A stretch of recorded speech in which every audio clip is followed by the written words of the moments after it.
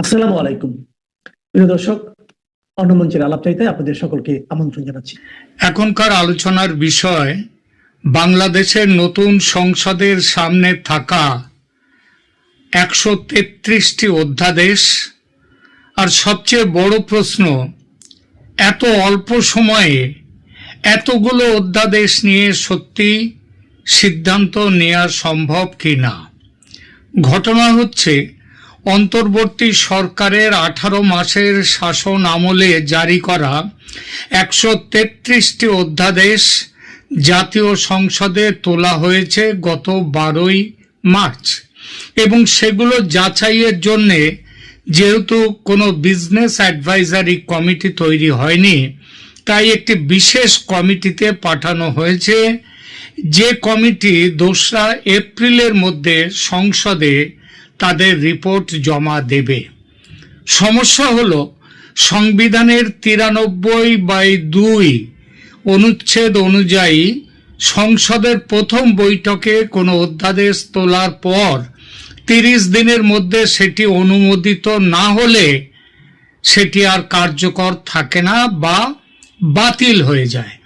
অর্থাৎ 12ই মার্চ সংসদে এই প্রস্তাব পেশ হওয়ার পর এবং সেদিন সংসদ শুরু হয়েছে, এবং সেখান থেকে হিসাব ধরলে এপ্রিলের শুরু পেরোনোর পর সম্ভবত 10 তারিখে এপ্রিলে সংসদের হাতে এই প্রস্তাবগুলো পাশ করতে হবে, এদের ব্যাপারে সিদ্ধান্ত নিতে হবে। তার মানে হাতে খুব অল্প সময় পড়ে থাকছে। যদি 2রা এপ্রিল এটা জমা হয়, তারপরে ছুটির দিনও থাকে। তাই মূল প্রশ্নটা আইনগত দিকের চেয়ে বেশি হলো রাজনৈতিক। সংসদ কি সব অধ্যাদেশ বাঁচাতে চায়, নাকি চায় যে কিছু বাঁচুক আর কিছু বাতিল হয়ে যাক? এখন সহজ ভাষায় বলি, এই 133টির মধ্যে অধ্যাদেশের মধ্যে কোনগুলো বর্তমান সরকার চায়, কোনগুলো থাকুক বাঁচুক আর কোনগুলো মরে যাক, এগুলো নিয়ে একটা আলোচনা করায়। এখন এই 133টি অধ্যাদেশকে মোটামুটি 4 ভাগে আমরা ভাগ করতে পারি। তার মধ্যে একটা ভাগ হলো কারিগরি, একটা প্রশাসনিক, একটা রাজনৈতিক আর একটা সাংবিধানিক। কারিগরি অধ্যাদেশ হলো সেগুলো, যেমন ধরুন ট্যাক্স বা কর সংক্রান্ত, ভ্যাট, কাস্টমস, রেজিস্ট্রেশন, ফৌজদারি বা দেওয়ানি পদ্ধতি, পাবলিক প্রকিউরমেন্ট, বিমান চলাচল, ট্রাভেল এজেন্সি বা এ ধরনের বিশেষ বিশেষ খাতের যে নিয়ম কানুন সংশোধন সম্পর্কিত বিষয়গুলো। এসবের বড় অংশ এমনিতেই কম বিতর্ক তোলে, সুতরাং সাধারণত সংসদে বিতর্ক খুব একটা হবে বলে মনে হয় না, কারণ এগুলো ক্ষমতার কাঠামো বদলায় না। তাই এই অংশের বেশিরভাগেরই পাশ হওয়ার সম্ভাবনা তুলনামূলকভাবে বেশি। দ্বিতীয় ভাগে আসে প্রশাসনিক বিষয়, যেমন ধরুন স্থানীয় সরকার সম্পর্কিত অধ্যাদেশগুলো, বিভিন্ন কর্তৃপক্ষ গঠন সম্পর্কিত অধ্যাদেশ, ইলেকশন কমিশনের সচিবালয় কিভাবে তৈরি হবে সেই সম্পর্কিত অধ্যাদেশ, সংসদ সচিবালয়, বিভিন্ন ডেভেলপমেন্টাল বোর্ড বা উন্নয়ন কর্তৃপক্ষ, ভূমি ব্যবহার নিয়ন্ত্রণ, কিভাবে ভূমির ব্যবহার করা যাবে, কিংবা চাকরির বয়সসীমা সংক্রান্ত বিষয়। এগুলোর কিন্তু অনেকগুলো সহজে পাশ হতে পারে, কিন্তু যেগুলো নতুন প্রতিষ্ঠান গড়ে তোলে বা ক্ষমতার খোল নলচে বা ক্ষমতার বন্টন বদলায়, সেগুলোতে আপত্তি উঠতেই পারে। যেমন ধরুন ওই যে উন্নয়ন কর্তৃপক্ষ গঠন, সচিবালয় গঠন, তারপরে ভূমি ব্যবহার নিয়ন্ত্রণ, এই সবগুলোর বেশ কিছু আটকে যেতে পারে। অর্থাৎ এই প্রশাসনিক যে দিকে অধ্যাদেশগুলো আছে, সেই অধ্যাদেশগুলো কিছু হবে পাস, কিছু হবে ফেল। তৃতীয় ভাগে আছে রাজনৈতিক বিষয়, আর এখান থেকেই গরম বা আসল উত্তাপ শুরু হবে। এই ভাগে আছে কারা, দেখা যাক বিশেষ কয়েকটা: গণভোট অধ্যাদেশ, জুলাই সংক্রান্ত নানা অধ্যাদেশ, নির্বাচন সম্পর্কিত সংশোধন, সংসদীয় আসনের যে সীমা নির্ধারণ, ভোটার তালিকা সংশোধনের যেসব কথা বলা হয়েছে, নির্বাচনী আইন বা আরপিও, এমনকি কিছু প্রতীকী যে বিভিন্ন বাতিল করার কিছু অধ্যাদেশ আছে, সেই আইনগুলো এর মধ্যে এসে যাবে। রাজনৈতিকভাবে সবচেয়ে বেশি আলোচিত ঝুঁকিপূর্ণ যে বিষয়গুলো, সেগুলো হলো গণভোট অধ্যাদেশ 2025, কারণ এটি জুলাই জাতীয় সনদের সংস্কার প্রস্তাবকে গণভোটের মাধ্যমে বৈধতা দেওয়ার কাঠামো তৈরি করে।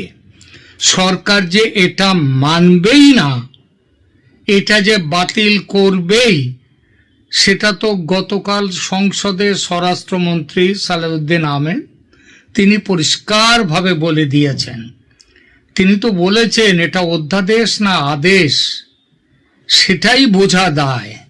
এটা এমন জড়িয়ে গিয়ে এমন জটিল বিষয় তৈরি করেছে।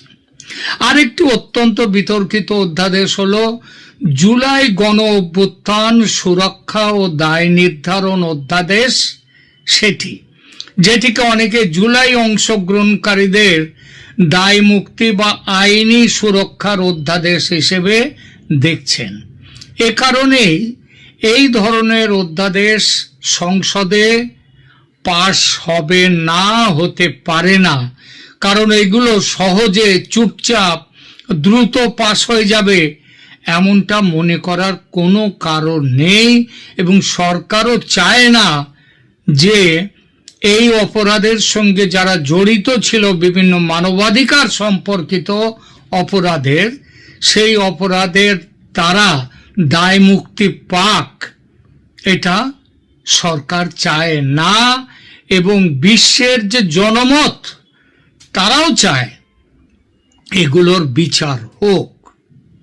সুতরাং এগুলো পাস হবে না। চতুর্থ ভাগে আসছে সাংবিধানিক বা প্রাতিষ্ঠানিকভাবে স্পর্শকাতর যেসব অধ্যাদেশগুলো, সেগুলো। এর মধ্যে আছে সুপ্রিম কোর্টের বিচারক নিয়োগ অধ্যাদেশ, সুপ্রিম কোর্ট সচিবালয় অধ্যাদেশ, পুলিশ কমিশন, জাতীয় মানবাধিকার কমিশন, গুম প্রতিরোধ ও প্রতিকার এবং আন্তর্জাতিক অপরাধ ট্রাইব্যুনাল সংক্রান্ত একাধিক সংশোধন। এগুলো স্পষ্ট করেই বলা যায় পাস হবে না, এগুলো বাতিল হবে।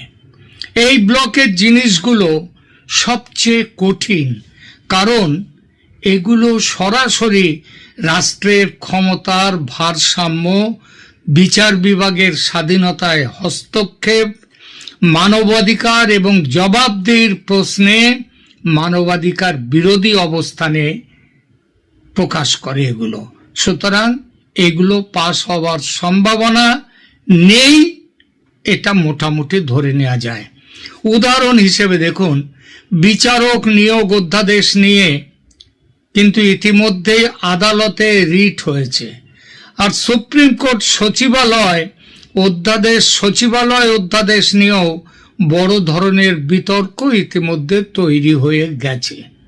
সুতরাং এগুলো পাস হবে না, হতে পারে না, হওয়া উচিত নয়। তাই সবচেয়ে ঝুঁকিতে থাকা অধ্যাদেশগুলোর তালিকায় আমি রাখব গণভোট অধ্যাদেশ, জুলাই দায় মুক্তি ধর্মী অধ্যাদেশ, বিচারক নিয়োগ অধ্যাদেশ, সুপ্রিম কোর্ট সচিবালয় অধ্যাদেশ এবং আন্তর্জাতিক অপরাধ ট্রাইব্যুনালের যে সংশোধনগুলো, সেগুলো। এছাড়া নির্বাচন সংক্রান্ত বড় পরিবর্তন আনা অধ্যাদেশগুলোরও পাস হওয়ার কোনো সম্ভাবনা নেই। এখন বড় প্রশ্ন, সরকার কি সত্যি চায় যে এই অধ্যাদেশগুলো বাতিল হয়ে যাক, এবং সরকার কি এই অধ্যাদেশগুলো বাতিল হয়ে গেলে তার বিরুদ্ধে কে দেশব্যাপী কোনো আন্দোলন বা বিতর্ক তৈরি হবে? এটা কি সরকার মনে করে, নাকি সরকার চায়? এটা নিশ্চিত করে তা বলা যায় না, কারণ সরকার নিজে কিন্তু এই বিষয়টা সংসদে তুলেছে, তোলার কথাই, নইলে তো অধ্যাদেশ এমনিতে বাতিল হয়ে যাবে। এবং বিশেষ কমিটিতেও পাঠিয়েছে, যেহেতু বিজনেস অ্যাডভাইজারি কমিটি তৈরি হয়নি। কিন্তু সরকার মনে করে না যে এগুলো, যেগুলো সরকার বাতিল করার কথা এতক্ষণ বললাম, বাতিল হয়ে যাক, যেটা সরকারের মনের ইচ্ছা, সেগুলো বাতিল হয়ে গেলেও যে দেশব্যাপী কোনো বড় কিছু আন্দোলন বা বিতর্কের জন্ম হবে এমন কিন্তু নয়। আর তাছাড়া সবচেয়ে বড় কারণ, একটা বাস্তবতার ব্যাপারও আছে। এত কম সময়ের ভেতরে 133টি অধ্যাদেশের সবগুলো নিয়ে গভীর আলোচনা করা যায় না, বলবো না অসম্ভব, এটা সম্ভবই না। সেই কারণে সবচেয়ে বাস্তবসম্মত দৃশ্যপট হলো কম বিতর্কিত কারিগরি ও প্রশাসনিক অধ্যাদেশগুলোর বড় অংশ পাস হয়ে যাবে, আর রাজনৈতিক ও সাংবিধানিকভাবে ভারী অধ্যাদেশগুলোর বড় অংশই সংসদে আটকে যেতে পারে, বা সময় শেষ হয়ে নিজে থেকেই ঝরে যেতে পারে বা বাতিল হতে পারে।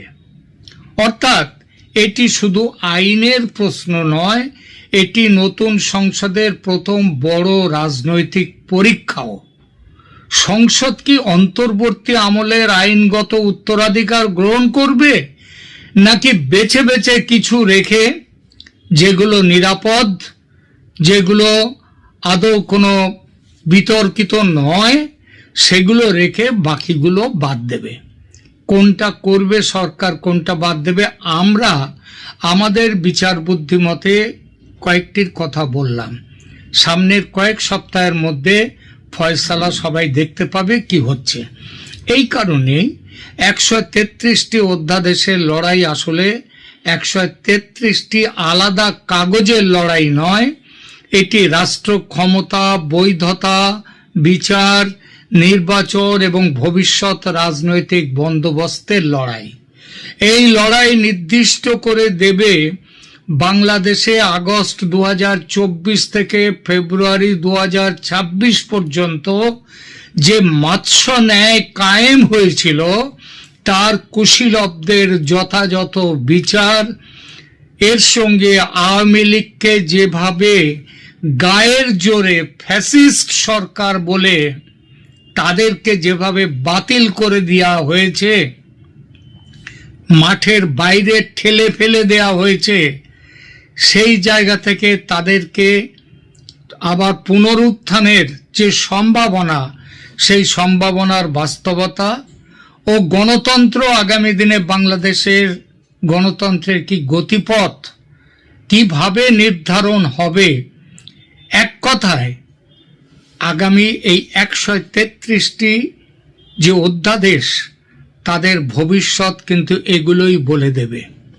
এক কথায় বাংলাদেশ এক সভ্য গণতন্ত্রে উত্তীর্ণ হতে পারবে কি না, সেটা বলে দেবে এই 133টি অধ্যাদেশের তাদের কোনগুলো বাতিল হবে তার উপর। শুধু বাংলাদেশের মানুষ নয়, এই উপমহাদেশের মানুষ অধীর আগ্রহে নজর রাখছে এদিকে। এখনকার মতো এখানেই রাখছি। আসসালামু আলাইকুম। অসংখ্য অভিযোগের ভিত্তিতে গত বেশ কয়েক বছর ধরে র্যাবের বিলুপ্তি দাবি করে আসছে আন্তর্জাতিক বিভিন্ন সংগঠন বেশ কয়েক বছর ধরে।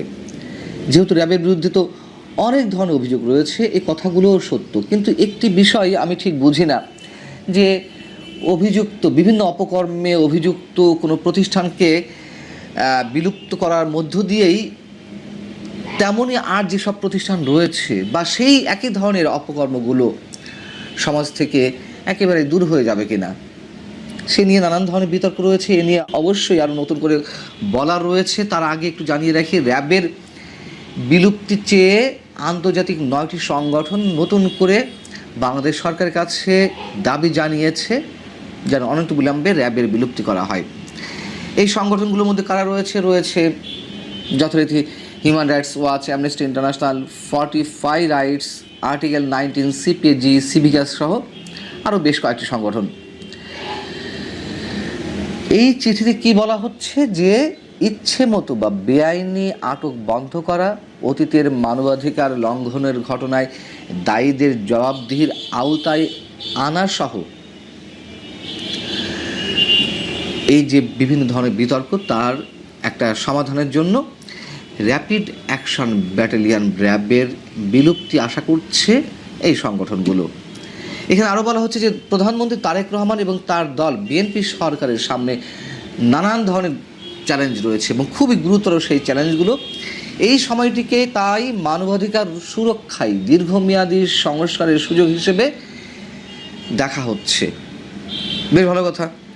এবং আরেকটা লাইন একটু বলে নিই, এখানে বলা হচ্ছে যে এতদিন গুম ও বিচার বহির্ভূত হত্যা সহ নানান ধরনের গুরুতর মানবাধিকার লঙ্ঘনের অভিযোগ ছিল।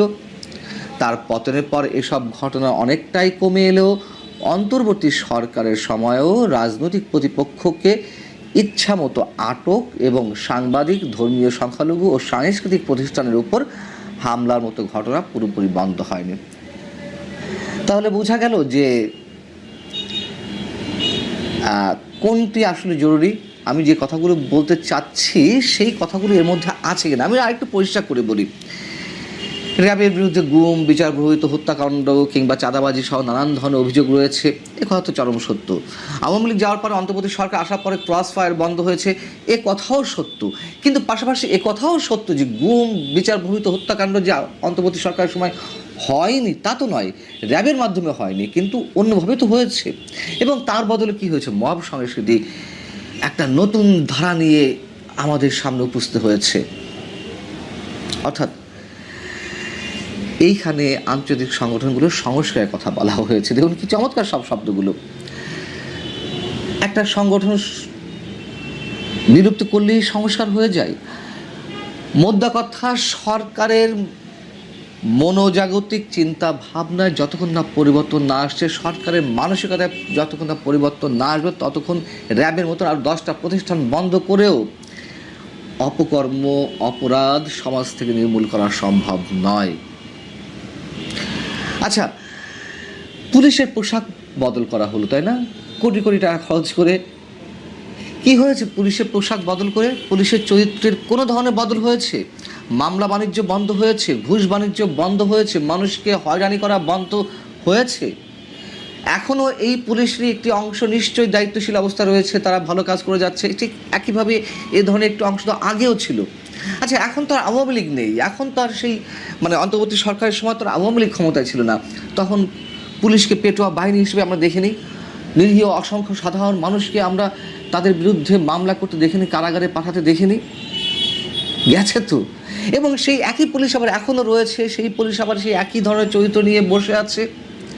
লাভটা কি, কাজটা কি হচ্ছে? পোশাক বদল করে, নাম পরিবর্তন করে, বিজিবির নাম পরিবর্তন করা হয়েছে, বিডিআরের, বাংলাদেশ রাইফেলস থেকে বর্ডার গার্ড বাংলাদেশ করা হয়েছে।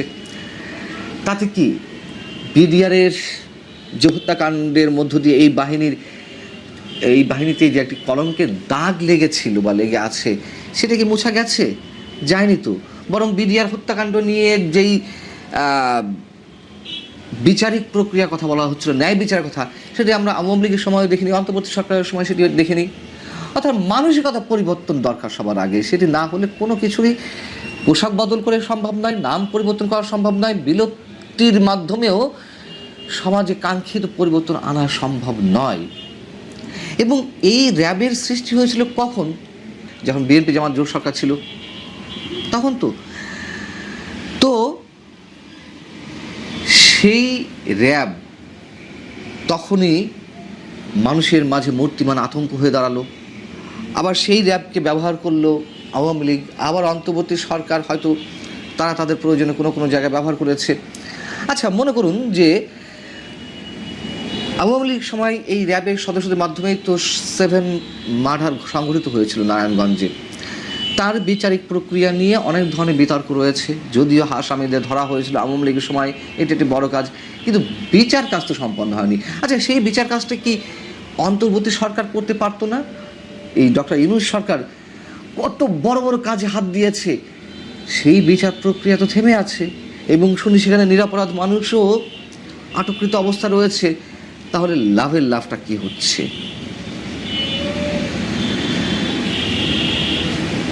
বিএনপি ক্ষমতায় এসেছে, এই বিএনপির সময়ই র্যাবের সৃষ্টি বা র্যাবের জন্ম। এখন হয়তো একটা বাহাবা নিতেই পারে র্যাবের বিলুপ্তির মাধ্যমে, যে আমরা সৃষ্টি করেছিলাম, ঠিক আছে, বিতর্কের যথেষ্ট অবতারণা ঘটেছে, বিতর্ক যথেষ্ট শুরু হয়েছে বা অনেক কিছু ঘটেছে, আমরা র্যাবের বিলুপ্তি ঘটাচ্ছি, সেই আমরাই। লাভ কি হবে? বিএনপি যদি সেই একই চরিত্র বজায় রাখে, সরকারের প্রচ্ছন্ন সহযোগিতা ছাড়া, সরকারের প্রচ্ছন্ন এক ধরনের আশকারা ছাড়া কোনো বাহিনী এই ধরনের বিতর্কিত কাজ করতে পারে না। খুব স্বাভাবিক কথা, স্পষ্ট কথা। সেনাবাহিনীকে নিয়ে নানান ধরনের বিতর্ক তৈরি হয়েছে। কেন সেনাবাহিনীকে নিয়ে নানান ধরনের বিতর্ক হয়েছে? সেনাবাহিনীকে নিয়ে তো এত কথা, এত প্রশ্ন, এত বিতর্ক এর আগে ছিল না। গত বেশ কয়েক বছর ধরে যা হচ্ছে, কারা করেছে? রাজনৈতিক দলগুলো নিজেদের সুবিধার্থে তারা তাদের কোনো কোনো সদস্যকে কাজে লাগিয়েছে বিধায় তো সেনাবাহিনী সম্পর্কে নানান ধরনের অভিযোগ উঠেছে। এখন সেনাবাহিনী বিলুপ্ত করে দিতে হবে, এটি কোনো কথা নয়। আমি এর মানে এটি বলছি না যে র্যাব বিলুপ্ত করা যাবেই না, বরং বিলুপ্তির চেয়ে সংস্কারটি প্রয়োজন এবং সেই সংস্কারটি ওই বাহিনীর মধ্যে চালানোর আগে যেই সরকার চলমান, সেই সরকারের চিন্তায়, চেতনায়, মননে, কাজে, কর্মে পরিবর্তনটা আনা প্রয়োজন। কল্যাণমুখী রাষ্ট্রের জন্য যা যা করার তাই করার দরকার। এই যে আন্তর্জাতিক মানবাধিকার সংগঠন, তাদের প্রতি আমরা শ্রদ্ধা রেখেই বলতে চাই, নিশ্চয়ই তাদের সব কিছু যে খারাপ তা নয়, খারাপ উদ্দেশ্যে তাদের সব ধরনের দাবি দেওয়া থাকে, নিশ্চয়ই তা নয়। তবে কোনো কোনো ক্ষেত্রে পশ্চিমা বিশ্বের নানান ধরনের এজেন্ডা বাস্তবায়নে আমরা নানান ধরনের বক্তব্য তো শুনে থাকি। অতএব র্যাবের মধ্যে শুদ্ধি অভিযান অবশ্যই চালাতে হবে, র্যাবের মধ্যে সংস্কার আনতে হবে। শুধু র্যাব নয়, যে প্রতিষ্ঠানগুলো রয়েছে, আইন শৃঙ্খলা জনিত প্রতিষ্ঠানগুলো, সরকারের মানসিকতা পরিবর্তনের মাধ্যমেই সব কটি জায়গায় সংস্কার প্রয়োজন। বিলুপ্তি শেষ কথা নয়। ভালো থাকুন, আল্লাহ হাফিজ।